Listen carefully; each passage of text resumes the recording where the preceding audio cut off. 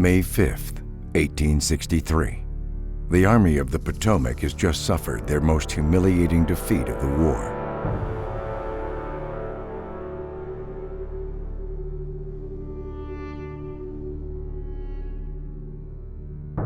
The Confederates, under the near deity, Robert E. Lee, had been outnumbered nearly 3-1 and have emerged with their most impressive victory of the Civil War.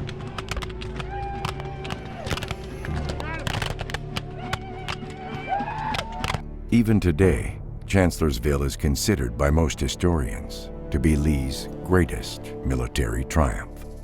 Overconfidence, passivity, and mismanagement had doomed Union forces under New England-born Major General Joseph P. Hooker.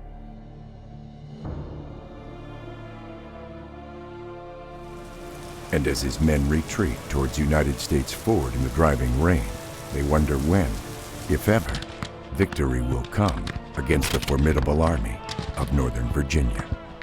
As word filters back to Washington, Commander-in-Chief President Abraham Lincoln, who had followed events of the battle closely at the telegraph office, expresses shock and dismay. What will the country say? He wonders aloud. Lincoln, despite the defeat, plans to stay with Hooker, to whom he is partial. But by mid-May 1863, Hooker's own subordinate commanders, Darius Couch and John Reynolds, express a severe lack of confidence in him. Lincoln, frustrated by this, as well as Reynolds and Couch's refusal to take command of the Army of the Potomac, stubbornly sticks with Hooker, saying he was not disposed to throw away a gun if it misfires once. He would pick the lock and try again. But it is not clear whether Hooker has any bullets left in the gun. He is morphed into the man whom Lincoln despises the most, George McClellan. Hooker's endless calls for reinforcements after Chancellorsville are repeatedly denied, until finally, on June 27th, Hooker submits his resignation. And probably to his great surprise, Lincoln accepts it. Lincoln, addressing his cabinet the next day, makes it clear that he observes the same failings in Hooker that were observed in McClellan after Antietam, a want of alacrity to obey, and a greedy call for more troops, which cannot be taken from other points. George Meade was almost everybody's last choice for commander of the Army of the Potomac. Abraham Lincoln does not offer command of the Army of the Potomac to Meade. He orders him to take command of it. It wasn't a request like the others. It was, I've run out of generals. You're the only one left. Congratulations, you're now in command of the Army of the Potomac. The disarray in the Army of the Potomac contrasts sharply with the confidence with which Lee and his 70,000 men enter Pennsylvania. Lee had put so much of his emphasis on being allowed to take the Army of Northern Virginia into an invasion of the North. His argument had been that the way to win the war, the way to take pressure off the Union seizure of the Mississippi River Valley, the way to spare Vicksburg was to invade the North. Fight a battle on the Susquehanna, fight a battle on Northern soil. That's going to turn Northern opinion so much in the direction of peace that Northerners will demand that the Lincoln government negotiate. On the same day Lincoln addresses his cabinet regarding Hooker, Lee at Chambersburg, Pennsylvania, learns from a spy that the Federals are concentrated just to the south at Frederick, Maryland. And more intriguing to Lee, Union troops are fighting under a new commander. When Lee finally learns that Meade has replaced Hooker as commander of the Army of the Potomac, his first comment is to say, General Meade will make no mistake in my front, and if I make a mistake, he'll be quick to take advantage of it. Understand that up till this point, the Army of the Potomac had been a collection of losers. They had lost battle after battle after battle. Fredericksburg, Chancellorsville, even the one quasi-victory they had won at Antietam in the fall of 1862 was still only a quasi-victory, and everybody knew it. It did not end in the destruction of Lee's army. The presence of the Federals at Frederick and on the move northward causes Robert E. Lee to concentrate his army east of the mountains. He sends riders to General Ewell at Carlisle with orders to return his corps at once. The stage is now set, and within days, 170,000 men will slam headlong into one another in the greatest confrontation of the American Civil War. The outcome will reverse the fortunes of one army and begin the decline of another. And an address which still resonates in the American psyche will be delivered on hallowed ground to a war-weary nation, reminding all that those who gave the final measure of devotion did so that a nation might live.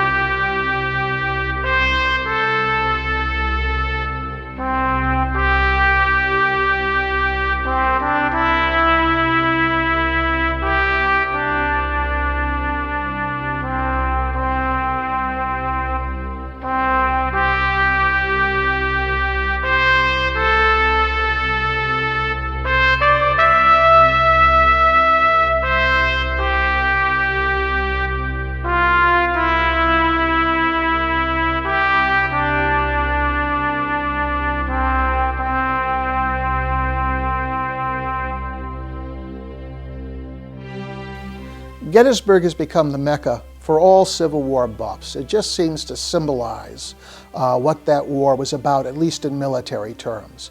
You have this aggressive, proud, seemingly invincible Confederate army going up against these stolid Union troops who finally hold their ground and stop the enemy cold. Veterans of the Army of the Potomac would return to Gettysburg for years after the battle, partially because they were enormously proud of what happened there. They felt they had done their best fighting of the war there.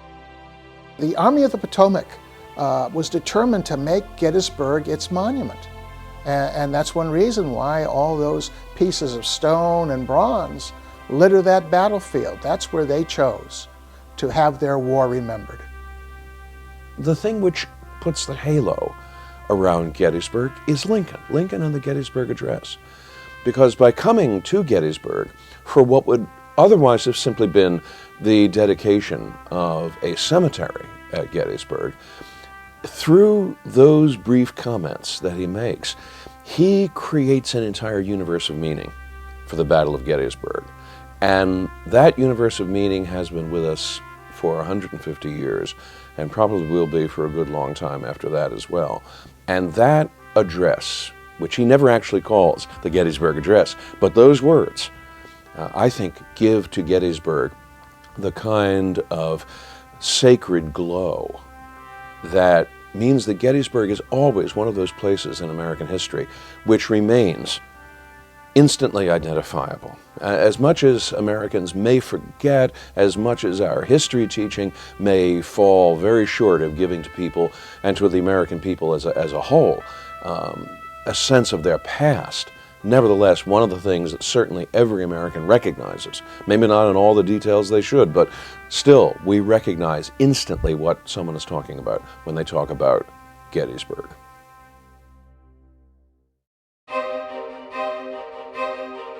The battle started here because a Confederate unit moved into the town sort of poking around.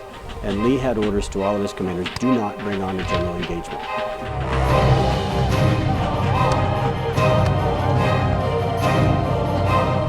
But that unit that moved into Gettysburg and started the greatest battle in the history of the continent did so in violation of his orders. In an example of history placing the right man at the right spot, Kentucky-born Federal cavalry officer John Buford is just such a man. Buford had entered Gettysburg 2 days earlier with 2,700 men and immediately realizes the town's strategic importance. He knows the Confederates are headed in his direction, and if they're able to seize the high ground south and east of town, a Union defeat will be inevitable. The only question remaining is if his dismounted cavalry can hold out long enough for Union infantry to move up. General Pleasanton, my extreme left reports a large force coming from Fairfield in a direction to strike the Emmitsburg Road this side of Morse Creek. Colonel Gamble has just sent word that General Lee himself has signed a pass for a citizen this morning at Chambersburg. The troops that are coming here were the same I found early this morning at Millersburg or Fairfield. General Reynolds has been advised of all I know. I am very respectably your obedient servant, J.N.O. Buford. The first line of Confederates to collide with the Federals are the 2 brigades of Heath's division of A.P. Hill's 3rd Corps.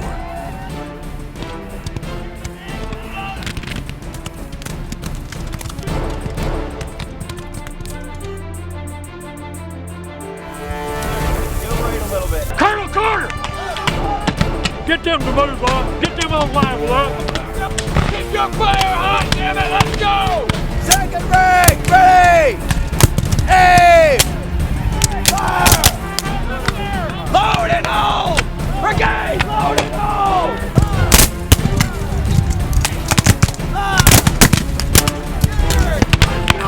Alabama! Let's go! One! Bring them down more! Bring them down more! Buford, in his battle to buy time, stations his troops on 3 ridges north and west of town: Her, McPherson, and Seminary Ridge.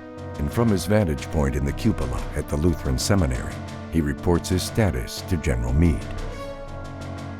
General Meade, the enemy forces, A.P. Hills, are advancing on me at this point and driving my pickets and skirmishers very rapidly. There's also a large force at Heilersburg that is driving my pickets at that point from that direction. General Reynolds is advancing and is within 3 miles of this point with his leading division. I'm positive that the whole of A.P. Hill's force is advancing. J.N.O. Buford. General John Reynolds soon arrives with troops of the 1st Corps. He confers briefly with Buford to determine if he can hold the line while Reynolds directs more men into the fight. Buford isn't going anywhere, but his men have been engaged in battle, going on 3 hours, and the Confederates keep coming in ever-increasing numbers. Reynolds, directing his men in the midst of the smoke and confusion, is felled by a fatal bullet to the head, leaving no infantry commander in charge of the field. In an urgent message, Buford reports the situation to his cavalry commander. General Pleasanton, I'm satisfied that Longstreet and Hill have made a junction. A tremendous battle has been raging since 9:30 a.m. with varying success. At the present moment, the battle is raging on the road to Cashtown and within a short cannon range of this town. The enemy's line is in a semicircle on the height from north to west. General Reynolds was killed early this morning.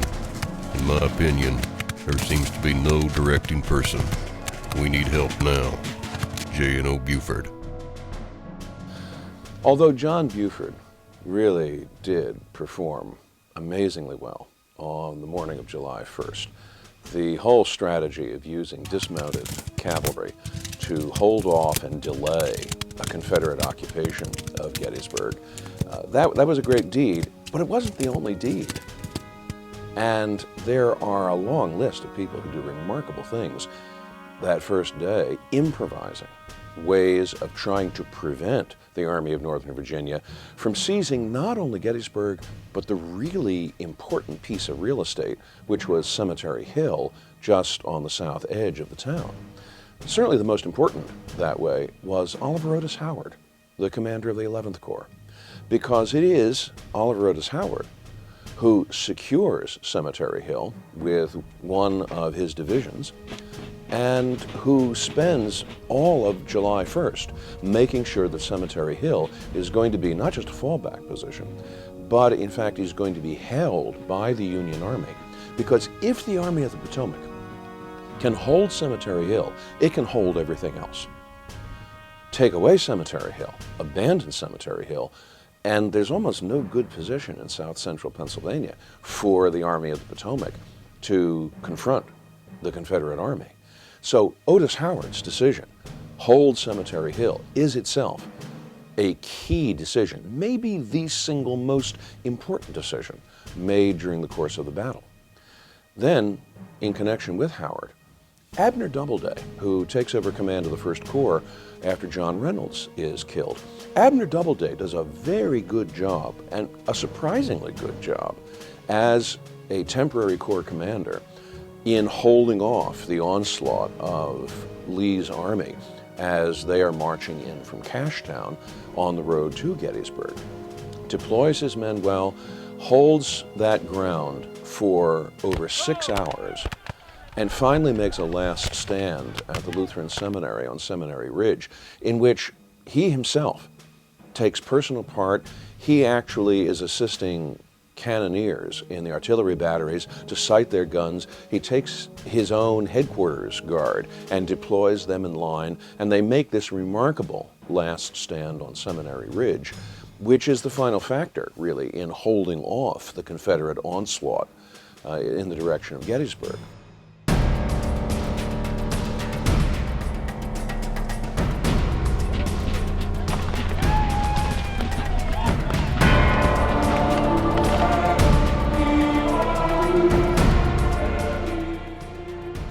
As the battle rages, an unwitting young general from New York, Francis C. Barlow, commanding the 1st Division of the 11th Corps, moves his men forward to an elevated but exposed position.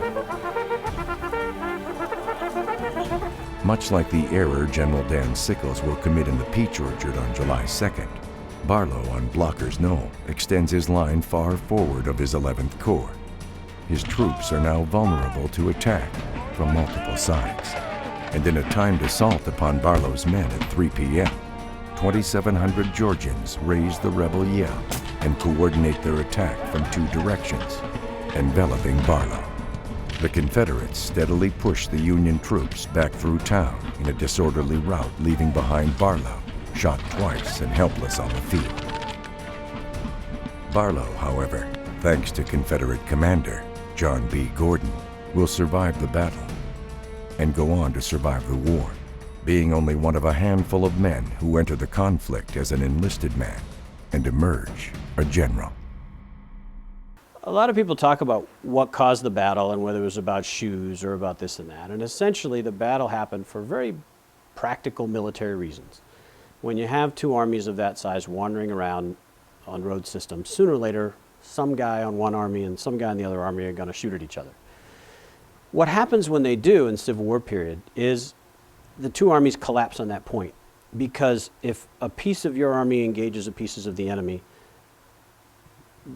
the army that gets the most people to that spot quickest will generally win the battle.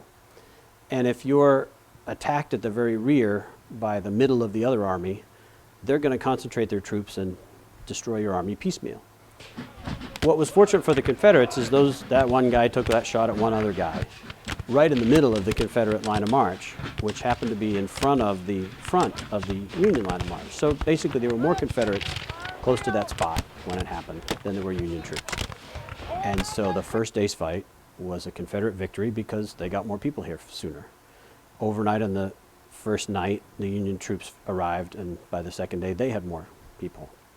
But it basically simply happened because one guy took a shot at another guy. People were wandering around, 2 armies close to each other with a few gaps in the mountains. And at one point, a unit of the Confederate Army got near to the Union cavalry unit in the Union Army, and one guy took a shot at a guy, and then 2 more and 2 more. And before long, there was what they described as a general engagement, which led to the battle. So a lot has been said about the Confederates were coming to find shoes. They knew there were no shoes here. There weren't any shoes here, and they knew that. And people come up with reasons, because what you have is the greatest battle in the history of the American continent, and it has to start from some better reason than a couple guys started shooting at each other. It's just, but that's the military reality of it. That's how battles generally happen in many cases. And so we like to make it more, because that sounds kind of boring. Why did the battle happen? Well, a couple guys started shooting at each other. But we try to make more of it than it is. So we create shoe factories and myths and other things. point after point after point on July 1st, it's not only Buford, but it's division commanders, it's brigade commanders, right down the ladder of command, who do extremely well and perform these wonderful self-initiated deeds, holding that ground, trying to stave off a complete collapse, trying to prevent, and successfully preventing, Robert E. Lee and the Army of Northern Virginia from just rolling into Gettysburg, rolling up to Cemetery Hill, and occupying what would otherwise have been an extremely difficult position for the Army of the Potomac to have evicted them from. July 1st ranks as the 10th bloodiest day of the Civil War, and numerically, the Confederates gain the advantage. By day's end, Union forces suffer almost 9,000 casualties, 3,000 more than the troops under Robert E. Lee. Each army will begin the next day battered and bruised, and the second day at Gettysburg will witness some of the most intense fighting yet in the war.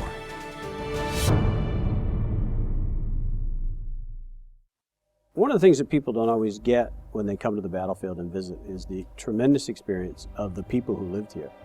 This is a very small carriage-making farming town that suddenly had thrown on it, 170,000 troops and their ammunition and explosives and fence destruction and all that kind of stuff. And so the experience of the people who were here is really compelling. The Army left a couple of days after the battle and left behind 20,000 wounded and dead horses and munitions and broken wagons and all of that. And these people, in the midst of their summer growing season, had to try and recover from all that before fall and then just sort of get on with their lives despite all the destruction.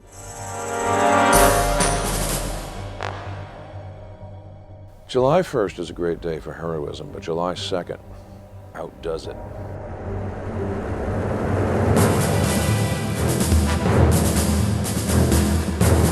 Lieutenant Charles A. Fuller, 61st New York.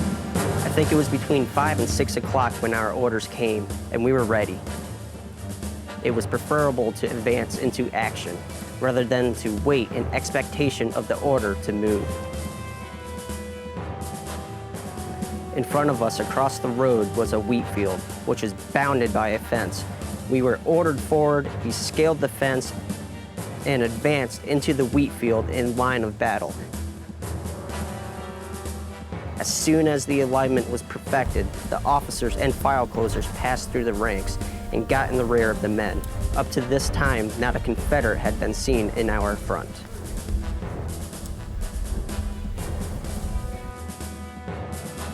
The 61st took 90 muskets into the fight. They are in an exposed position on the right flank of the line, in the middle of the field. Heading straight towards them are troops from Anderson's Georgia Brigade.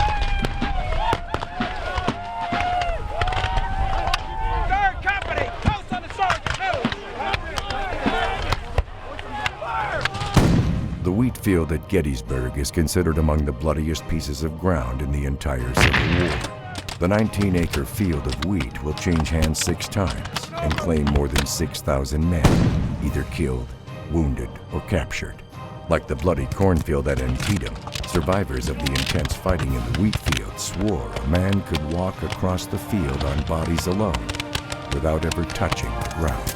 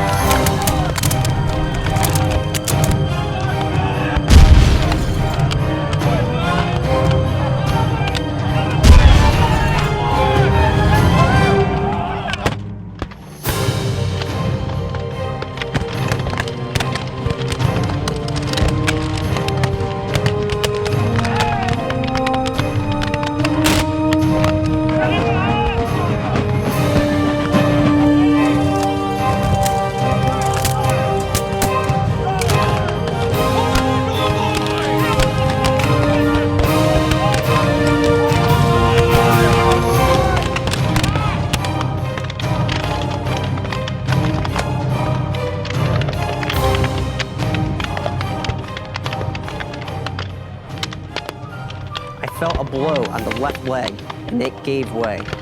while lying here entirely helpless and hearing those vicious bullets singing over my head, I suffered from fear. Lieutenant Charles A. Fuller, 61st New York. After losing over half its strength in a few minutes, the 61st is ordered back to the shelter of the woods. Lieutenant Fuller is found alive at midnight by Private Phil Comfort of Company A, among the groaning and dying men in the trampled field. Fortunately for Fuller, Comfort was noted for his habit of relieving dead men of their valuables after battles, when darkness set in. The Battle of Gettysburg is a series of actions taken by certain individuals at crucial times that meant the difference between victory and defeat. In the fight for Little Round Top, a lot of the credit goes to Joshua Chamberlain, whose 20th Maine held the far left of the Union line. But it was Chamberlain's brigade commander, a Strong Vincent, who put his brigade on Little Round Top without receiving orders from his division commander to do so. And during that fight for Little Round Top, just as Chamberlain's left was being pressed, so too Vincent's right was being pressed, and it looked like it was about to crumble. Vincent will get on top of a boulder and full sight of his men and full sight of the enemy, shout to his men, "Don't give an inch," before he's gunned down, before he's mortally wounded. And that's just one of many self-sacrificing acts made by certain Union soldiers and Union commanders during this fight that really spelled the difference. Another unsung hero of Little Round Top is Patrick O'Rourke, Paddy O'Rourke, Irish Catholic who went through West Point, which was largely a WASP Protestant institution. He came from the bottom of the economic heap, which was unusual, but he was hardworking, he was intelligent, he won the respect of his classmates, and he's in charge of the 140th New York. And just as it looks like Strong Vincent's brigade is about to be swamped by the attacking Confederates, he arrives on top of Little Round Top, spots the situation, doesn't even give his men time to deploy. He just yells, "Follow me." They go surging down the hill. He's killed, and his men are so infuriated that they just tear into the Confederates and repulse another attack.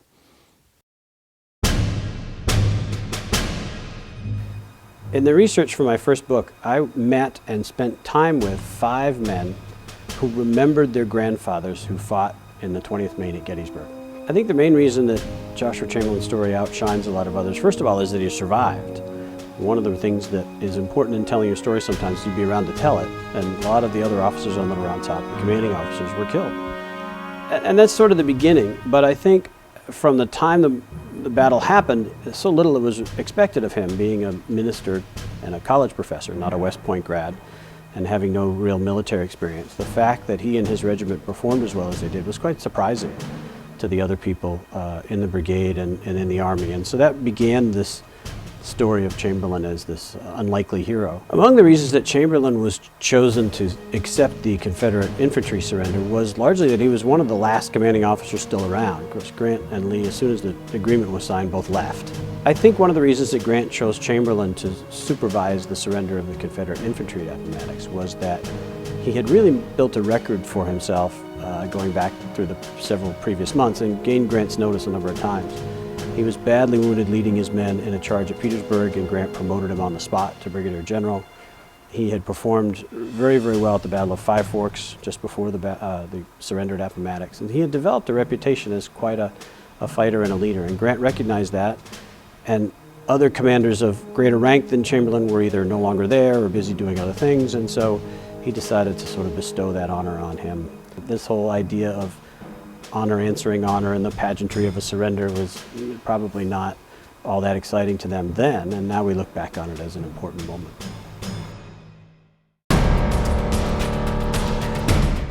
Winfield Scott Hancock, Major General, Commander of the Second Corps, turns around and sees the entirety of Cadmus Wilcox's Confederate brigade coming across the road. Hancock turns, looks for reinforcements to plug up the gaps, and only sees one regiment. And that is Colville's 1st Minnesota. And he says, you need to move right into that gap. Do you see those flags pointing to the Confederate colors? Take those flags. Caulfield's got one regiment. He's got 262 men. He doesn't even balk. Lines his men up, takes them forward at a trot. Here is one understrength Federal regiment taking on an entire big Confederate brigade.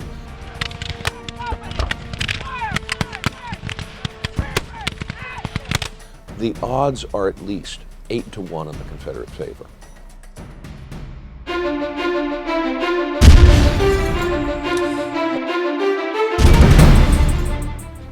Alfred P. Carpenter, Company K, 1st Minnesota. The Rebs came in 2 splendid lines, firing as they advanced, capturing one of our batteries, which they turned against us, and gained the cover of the ravine. The plain was strewn with dead and dying men. The Rebs had advanced their batteries and were hurling death and destruction into the ranks of our retreating men. They were nearing the hill, which if gained, the day was lost to us. Then came the order for the 2nd Division of the 2nd Corps to advance. The hill must be held at all hazards. We advanced down the slope till we neared the ravine and charged, going along the line. And with a rush and a yell, we went. Bullets whistled past us. Shells screeched over us. Canister and grape fell about us. Comrade after comrade dropped from the ranks, but on the line went. No one took a second look at his fallen companion. We had no time to weep.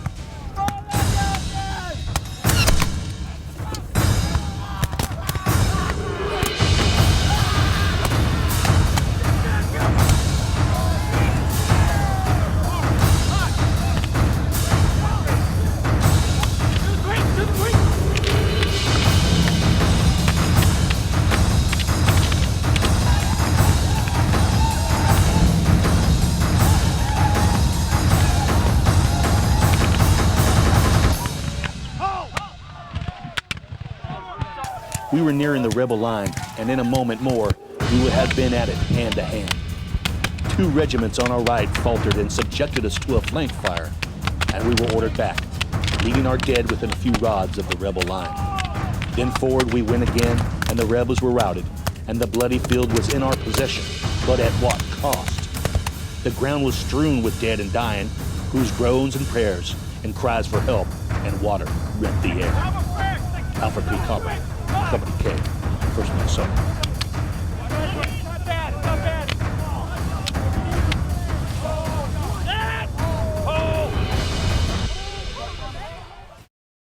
For all that has been written about the Battle of Gettysburg, and there has been a tremendous amount written, there's still surprisingly large amounts of material. There's large numbers of stories which have never yet been told, and which it has been both fun and an education in its own right to uncover. I think, for instance, of an individual like Francis Heath. Francis Heath was the lieutenant colonel of the 19th Maine, not a professional soldier. He, in fact, had come fresh out of Colby College and out of his father's law office, where he was reading law, to become an officer in the 19th Maine. He is in effective charge of the regiment at Gettysburg, and on July 2nd, as the Federal line is breaking to pieces and the Confederate tide looks like it's about to roll over everyone, Heath is in command of his Maine regiment as one of those posted to try to hold off the retreat of the battered 3rd Corps. In the midst of the smoke and the confusion, the confused retreat of clumps and units of 3rd Corps troops, one of the division commanders of the 3rd Corps appears out of the battle murk, and that is Andrew Atkinson Humphreys. Humphreys' division has been chewed to pieces, and Humphreys is beside himself. He has had a very long and a very difficult day, and there's a way in which Humphreys has simply at this point lost it. Humphreys comes up to the 19th Maine, tells the men to fix their bayonets and to use them on any of the fleeing soldiers of his own division. And Francis Heath hears this and can't believe it. He didn't volunteer to fight in this war to kill his own people. And as Humphreys is raving out of control up and down the front of the 19th Maine, Heath decides he's not going to let this stand. He follows Humphreys. Humphreys is going down the line of the 19th Maine. Fix these bayonets, use them on those men. And Heath is following behind this Major General and saying, don't pay any attention to him. Don't listen to him. Don't do it. Don't do it. He says, look, we'll rally your men on our own, but we're not going to kill them the way you want to. And Humphreys finally, facing Heath's refusal to cooperate, just wanders off, and he has his own conscience he's going to have to face. But I thought, what a remarkable moment, that even in the midst of that stress and that battle, here is someone who has not lost his sense of decency and balance and is willing to do something about it, even if it means telling off a Major General.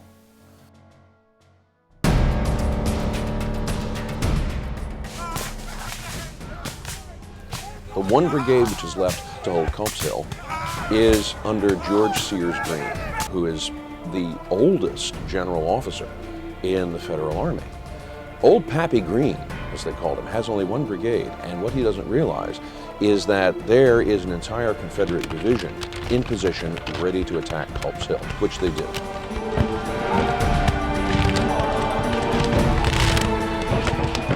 And when those Confederates, an entire division worth, come up Culp's Hill trying to seize the hill, Green's little brigade shoots them to pieces.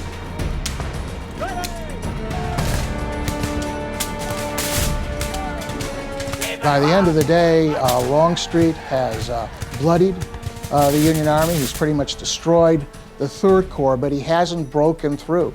The Federal line still holds, and many historians will argue that by the end of the second day, Lee had really lost the Battle of Gettysburg.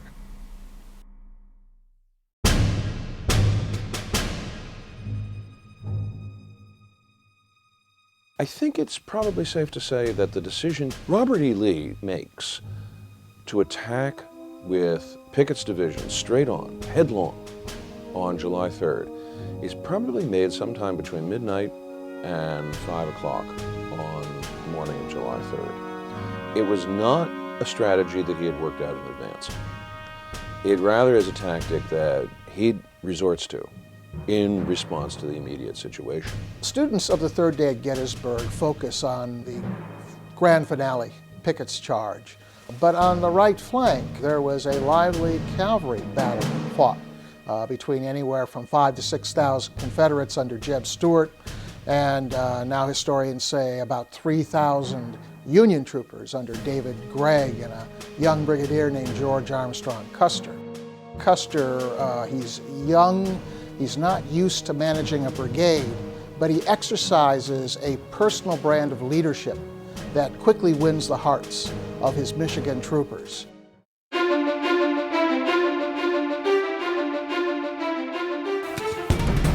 General David Gregg, Federal Cavalry.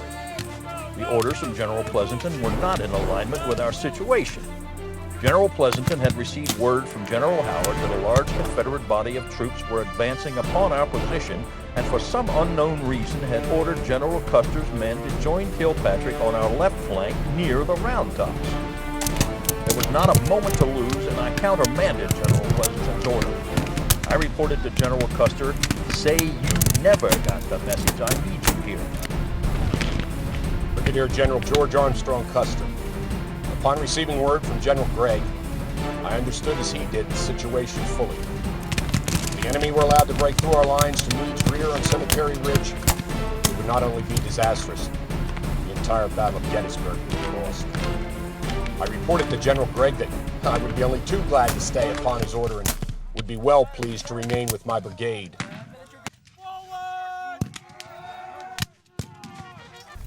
General Gregg gave the order, and the great cavalry battle of Gettysburg was commenced.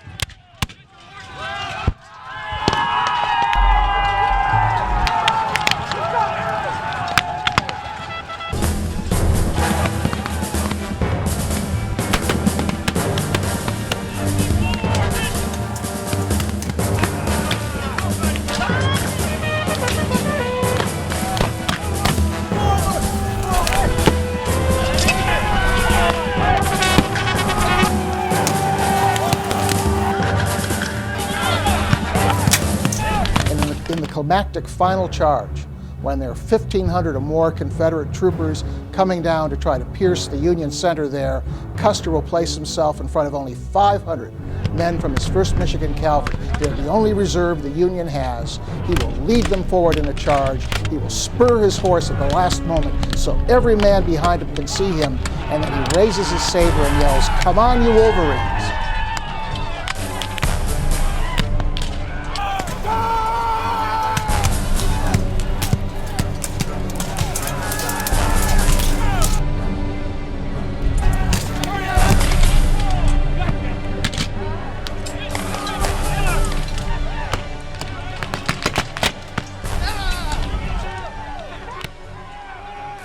Unable to withstand the impetuosity of our attack, the enemy gave way in a disorderly rout. I cannot find the language to express my high appreciation for the gallantry and daring displayed by officers and men of the 1st Michigan Cavalry, and I challenge the annals of warfare to produce a more brilliant or successful charge. George Armstrong Custer.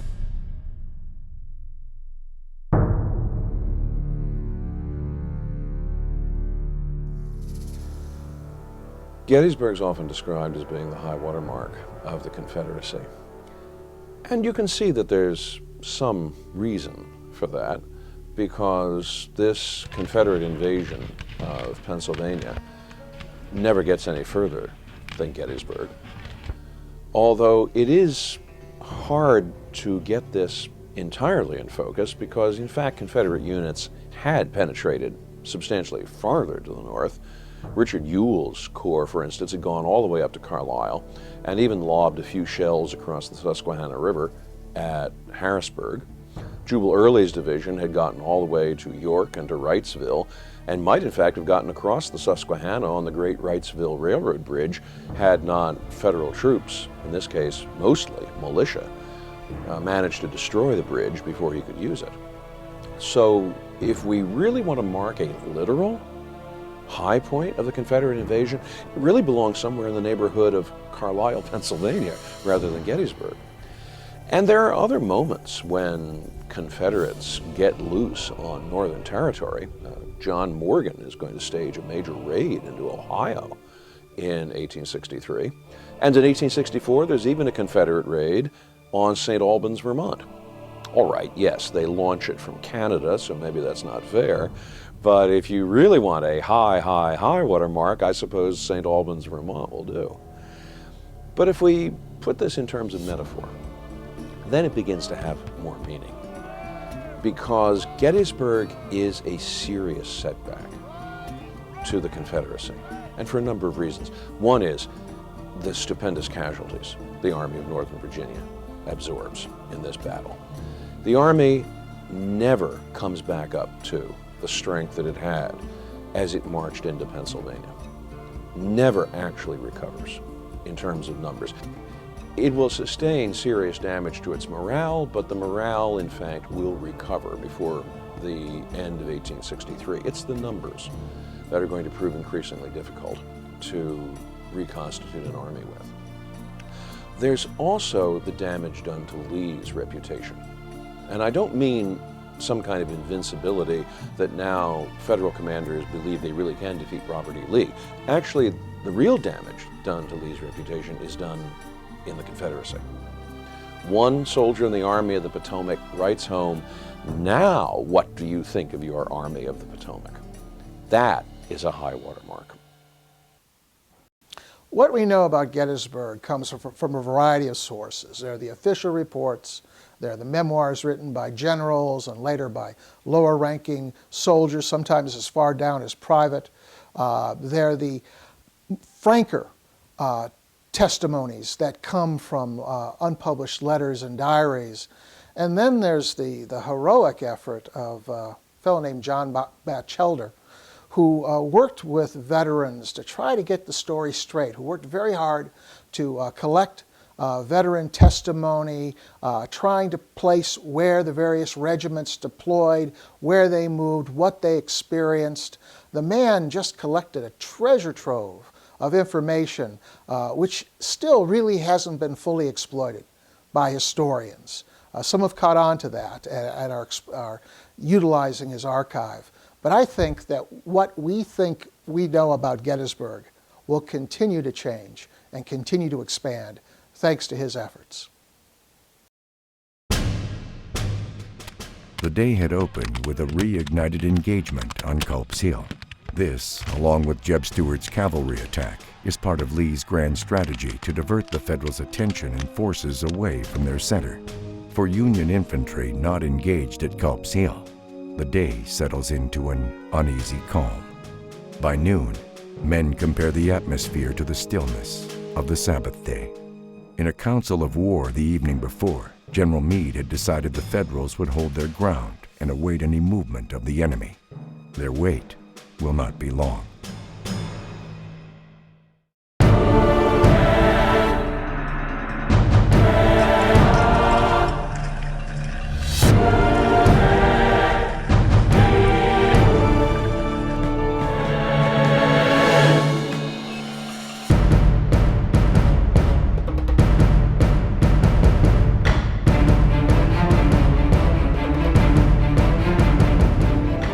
General Lee plans an early start to the main charge to coincide with the attack upon Culp's Hill. James Longstreet in overall command, however, spends most of the morning arranging his assault force. This delay, some historians claim, is Longstreet's deliberate undermining of what he considers a doomed attack.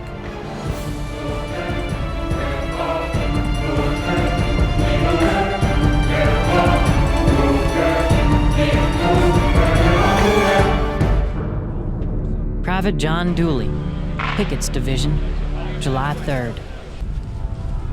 Before the day was fully dawned, we are on our way to occupy the position assigned to us for the conflict of the third day. Uncle Robert, silent and motionless, awaits our passing by, and anxiously does he gaze upon the only division of his army whose numbers have not been thinned by the terrible fires of Gettysburg. First company, order, arms. I must confess that the general's face does not look as bright as though he were certain of success.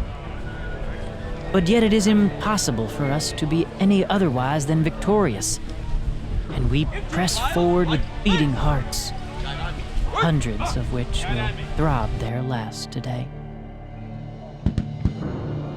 How long we take to gain our position, what delays, what suspense.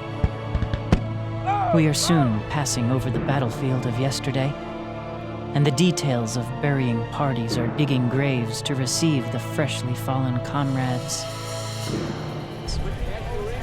Orders come for us to lie down in line of battle, that all the cannon on our side will open at a given signal.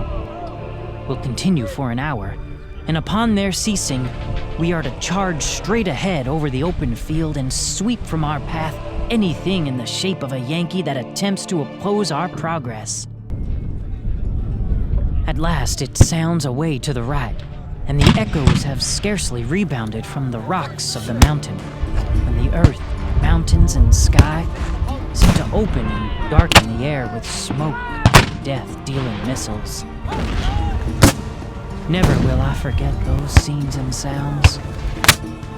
The earth seems unsteady beneath this furious cannonading, and the air might be said to be agitated by the wings of death. Over 400 guns nearly every minute being discharged. The ammunition wagons fly back and forth, bringing up fresh supplies of ammunition, and still the air is shaking from earth to sky, with every missile of death fired from the cannon's mouth. Around, above, beneath, and on all sides they screech, sing, scream, whistle, roar, whir, buzz, bang, and whiz. And we are obliged to lie quietly, though frightened out of our wits, and unable to do anything in our own defense or any injury to our enemies. Our artillery has now ceased to roar, and the enemy have checked their fury too. The time appointed for our charge is come.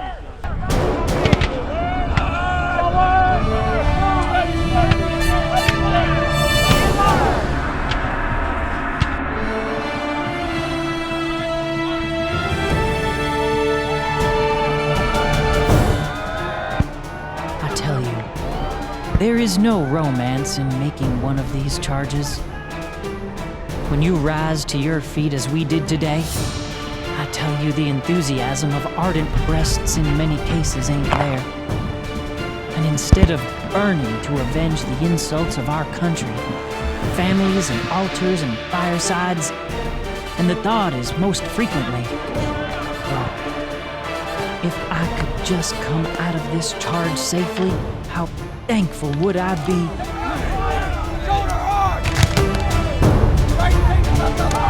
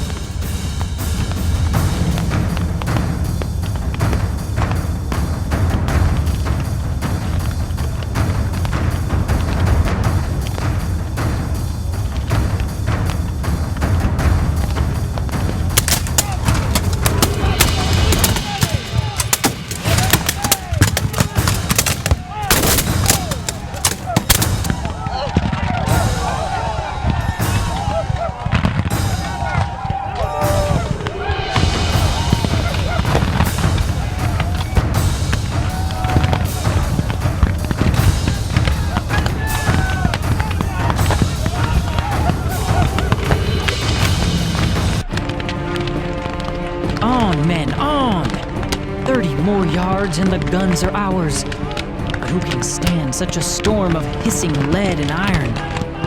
What a relief if Earth, which almost seems to hurl these implements of death in our faces, would open now and afford a secure retreat from threatening death. Every officer is in front. Colonels, lieutenant colonels, majors, captains, all press on and cheer the shattered lines. Oh, how I long to know the result. The end of this fearful charge.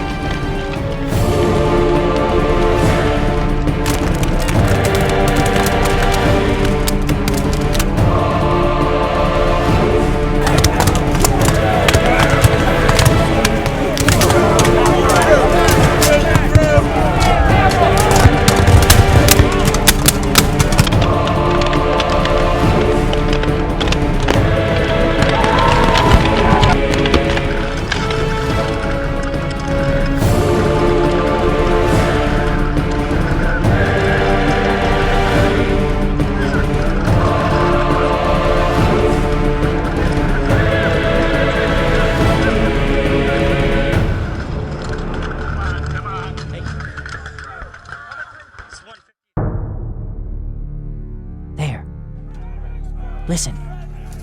We hear a new shout, and cheer after cheer rends the air.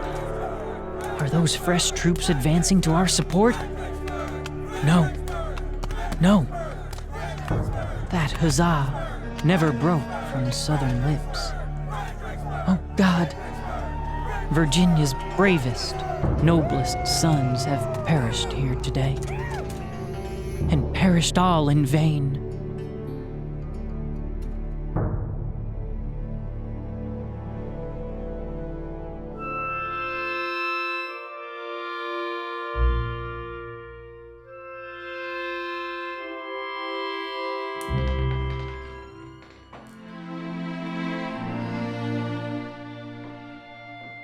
Robert Todd Lincoln was home from Harvard.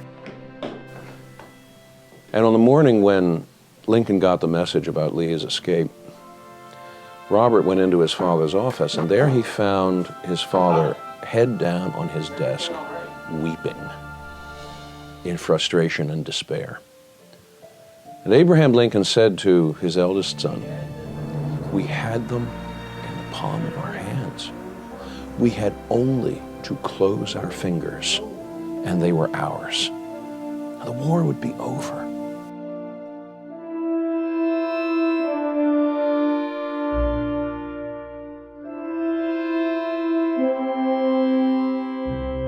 Once the Confederate tide recedes, once Pickett's division falls back and then Pettigrew's division falls back defeated, people could realize that this last spectacular bid by the Army of Northern Virginia for victory had lapped up onto the farm of a free black man. A man who, by every definition the Confederacy stood for, shouldn't have even existed.